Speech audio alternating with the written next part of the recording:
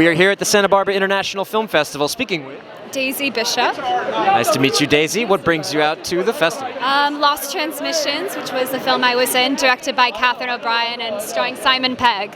Oh, okay. Yeah. How was your experience working on that project? It was amazing. Everyone was really welcoming. It's a dark comedy, but the set was actually filled with lots of joy and jokes, so it was really a great set to work on. Yeah. Do you have a specific memory that you really enjoyed from when you were filming? I think probably at the table read actually, which was before filming. Everyone was definitely nervous, getting to read with Simon Pegg and Juno Temple. And Simon Pegg was just sitting there cracking jokes, like making everyone feel really welcome and just ease the tension. So that was a really good moment, I think. You're in the film Gutterbee that is screening here at the festival. How's that film experience for you guys? Well, it played to its first audience here in the U.S. this afternoon. I'd seen it before. You never know how a comedy's going to work until you see it with an audience. So it was a wonderful experience this afternoon because I'd seen it, but not with an audience, and they laughed a lot, which is a very good thing for a comedy. Yeah, the jokes hit was always good. We had a really nice room. It was a full house, I believe, and it's a different kind of movie. But it's about a lot of things. But it's about freedom of expression, I think, largely, and I think that's important. And it's about tolerance or lack thereof. So I think there's some really good messages in it, and it's entertaining. His character's great. There's some really fun performances in it. How did you guys get involved in the film? Did you go into a casting and do lines, or they specifically sent it to your agent? We're in Santa Barbara at the Santa Barbara. Oh, well, for me, the director and I have the same agent here in the U.S., so that's how it made it to me. My agent said, they're moving fast on this, there's an offer coming, they need someone who can ride a horse, play guitar, and sing country music, and shoot guns. And I went, it's Earl. Sign me up. And so that was, I think, why I was approached. Right on. I knew Ulrich from Banshee, and I had a pretty high opinion of him, and it was a role that he had written for himself, and then at the last minute decided he couldn't handle all those things and asked me to do it. I was honored, so yeah, I was happy to do it. What brings you out to Santa Barbara this evening? So they invited me over here as a juror, as one of the youngest jurors over here to pretty much be a juror of the Spanish films, the Hispanic films, and I got to say they're all very good. I think I have 3 more left, and I've been nothing but impressed. So there's a good diversity in Spanish-speaking films that are here at the festival this year? Absolutely, which I love because it's not just to one type of movies. It's all inclusive. You're seeing a lot of good films at this festival, and I think that's why it's one of the best film festivals. Yeah, man. So any of the titles stick out to you right now that really made an impact on you? I know no winners, just something that you really enjoy. Oh yeah, I don't want to say exactly which one it was, but one of them I literally just finished watching before I got here, but it was about the dynamic relationship between a mother and her son. Immediately after I started, as soon as I finished, I called my mom and I was like, "Ma, I just want to let you know I love you so much," because I just watched the movie and I feel like you just never tell somebody they love them enough. I just called her, man, and it was one of those moments where I was like, "Ma, I just want to let you know you mean the world to me." It's amazing. I was able to catch the trailer of the documentary. It deals with a very famous photographer that was taking pictures of celebrities over the years. So tell me, where did that inspiration come to tell this story and make this a doc? It came very basically walking inside Douglas's home that is surrounded by his pictures. So the moment you walk in, you see yourself surrounded by all these pictures that you've seen for all your life. And looking at those, immediately brought us the idea of telling those stories because every picture has a story behind. And of course they all condense into Douglas's life. Right. So I think that was the starting point, and then many other stories came out while doing the film. Yeah, you guys had a lot of star-studded talent in that film. As just looking name after name, for producing that, how was that experience bringing all of those actors and actresses together? Well, we always say like the support from those incredible stars, it's been overwhelming. So the main challenge was to find a way into their schedule, and they would just give us their time, and everybody was extremely supportive. So we've been extremely fortunate with that. We are here with the team from James versus his future self. Nice to see you guys. How you doing tonight? Oh, I'm doing great. I'm a little wet. It's a bit damp. out here. Yeah, but I'm good. Very cool. Well, we're here at the Riviera Awards that's going on for Renee Zellweger. Have you guys ever watched any of the Renee Zellweger films that are?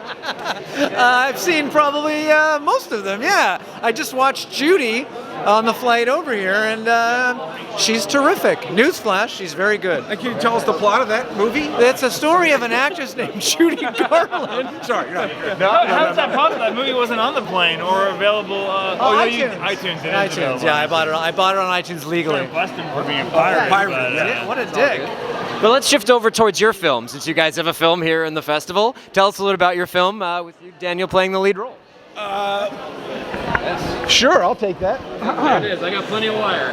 Strangers in the night. Settle in. We're going to be here a while. It's actually a what we called a science fiction romantic comedy. It's a story about Jonas, his character James, who is a scientist who invents time travel. I'm him from the future, and saying, "Don't do that. You're going to fuck up your whole life." Mess up your whole life. We get a beat now. And trying to convince him to not create time travel as I come back through time because he's not falling in love with the person that he's supposed to fall in love with. So it's a beautiful, fun kind of, and it's actually an interesting part. I felt is an interesting part for me to sort of talk about giving yourself a second chance at yourself, like looking back at him and going, "Don't do what I did, or you'll end up like this." Yeah. And it's a very you don't want this. But it's a very, very sweet, funny, and very heartfelt movie. And I was very happy to see that you were in the lead of this film, and that it was a wonderful trailer put together. I'm excited to see the film as it comes out. What made you want to join this film, and how did you two link up to become part of the production? These guys sent me their script, and I really loved it. Again, it was just a story, and I have older kids, so it was kind of like about me and my kids in a way, like given a second chance to give them lessons that they don't really want to hear. He doesn't want to hear them. And I just found the whole thing very intriguing. And as we talked on, we Skyped with each other because they're in Canada. We started working on the script, and we just all became friends and creative partners. And Here we are. I loved it. Yeah. Have you been to Santa Barbara before? Been out to the festival? Yeah, Jonas. Don't touch the microphone. Every time. Jonas and I, actually, even though we're both Toronto-based filmmakers, we met here 6 years ago when we both had different films in the festival. There's an owl behind you. There is. Or a pelican or something. I can't. Cool. Yeah, sorry. That distracted me for a moment. Yeah. Wow. Don't look over your shoulder. Get a shot of that. I'm suddenly very nervous. I'm a little. Don't move quickly. I'm a little unnerved. Anyway, yes, we were both at this festival in 2013 with our individual sex comedies that we'd made, and we met at a screening, and we became Had sex. And it was funny. It was really funny. It was hilarious. That's very interesting. Very good. A little too much. Is there anything you'd like to say to the Santa Barbara International Film Festival organization? Thanks for having us. We thank you for supporting independent work, especially work coming from Canada.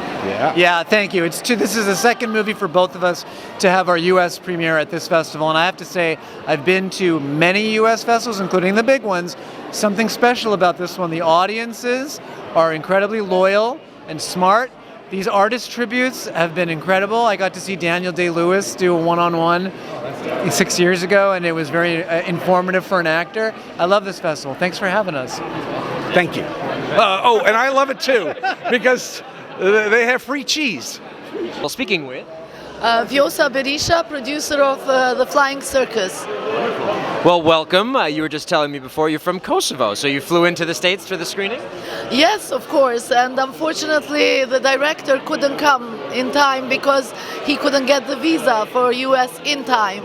So I'm here on my own, but I hope I'll do my best to do what he could have done much better than me, I believe. Well, you're representing the film, and we're happy to talk to you about it and learn a little bit more about it. So tell us a little bit more about the project that's here this year. Well, the film actually was shot during last year in 3 countries, in Kosovo, in Montenegro, and in Albania. It's a co-production of Kosovo and Macedonia and Albania, actually. It's a road movie, and it's a black comedy. It happens on the 90s in Kosovo, and it's based on a true story.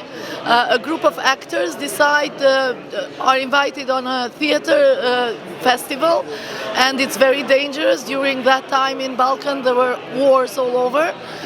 So they decide to go, to take this trip, and they go illegally through the borders, and during that trip there are many things that happen to them, but their real aim is actually a quest for Michael Palin, which you will see in the film why it connects with Michael Palin actually. Yeah. Tell us a little bit about what brings you out to the festival this year. Well, my film Lost Transmissions, which I wrote and directed, is playing, and it's very exciting because it's my hometown and it feels really good. We just spoke with your lead actress Daisy before about the film. Juno Temple is actually our lead actress, but Daisy is also in the film. Yes. We just spoke about the film itself, and that Simon Pegg was also a part of it. How was your experience working with Simon? Simon's wonderful to work with. He's, I think like all comedians are, they actually have a real depth to them and a real seriousness, because I think you need to find that levity in life. So, he's a real, truly deep soul. We're just talking about Simon. Yeah, he's a well of all different emotions, and what's extraordinary is how beautifully he can tap into them with such ease, and then also break out of them into the next one. And I think it's because he has one of the fullest hearts, truly one of the fullest hearts. He's an extraordinary father, and I think that really opens any human up to allowing emotions to come in and out and flow. But yeah, he's got darkness and lightness in extraordinary ways, which I really think he portrays in this film. So tell us a little bit about the inspiration of why you wanted to make this movie. It was based on something similar that I went through with a group of friends, and we learned a lot about how exactly you can help somebody who's going through that, and felt that it was something worth spending years of your life to, and here we are, finally, bringing it to the world. And your role on the project, ma'am? I play a young, aspiring singer-songwriter who ends up meeting Simon's character, who is a music producer, and becoming quite taken with him. And then I experience him take a turn, and I'm not entirely sure what it is, but I slowly learn about what is going on with him, and it's about the fact that he is suffering from schizophrenia and has decided to come off his medication. And my character as a young woman is going through blossoming into the woman that she's trying to become, but is also on medication that it is quite easy to get a hold of, antidepressants. That the extraordinary tale of this film is that it's quite easy to get given antidepressants or anti-anxiety medication, but actually when somebody is a paranoid schizophrenic, it's not as simple as you would hope it would be to help get them the help they need. And that is something that I think America needs to start becoming very aware of, because there is so much of it in America, and people are so frightened of mental illness, especially words like schizophrenia immediately makes people think of things that are horrible and terrible. And actually, most schizophrenics that you will meet are some of the most beautiful, exciting brains that can sometimes be detrimental to themselves more than anybody else. And I have a lot of mental illness in my family, so this was a film that really struck a chord with me, and I really hope it's a film that really opens up conversations that it has for us already and people around us in a big scale. What would you like to say to the Santa Barbara Film Festival organization? Oh, well, hi guys, and great job. Happy 35th anniversary, by the way, and thank you for inviting me to one of my favorite towns.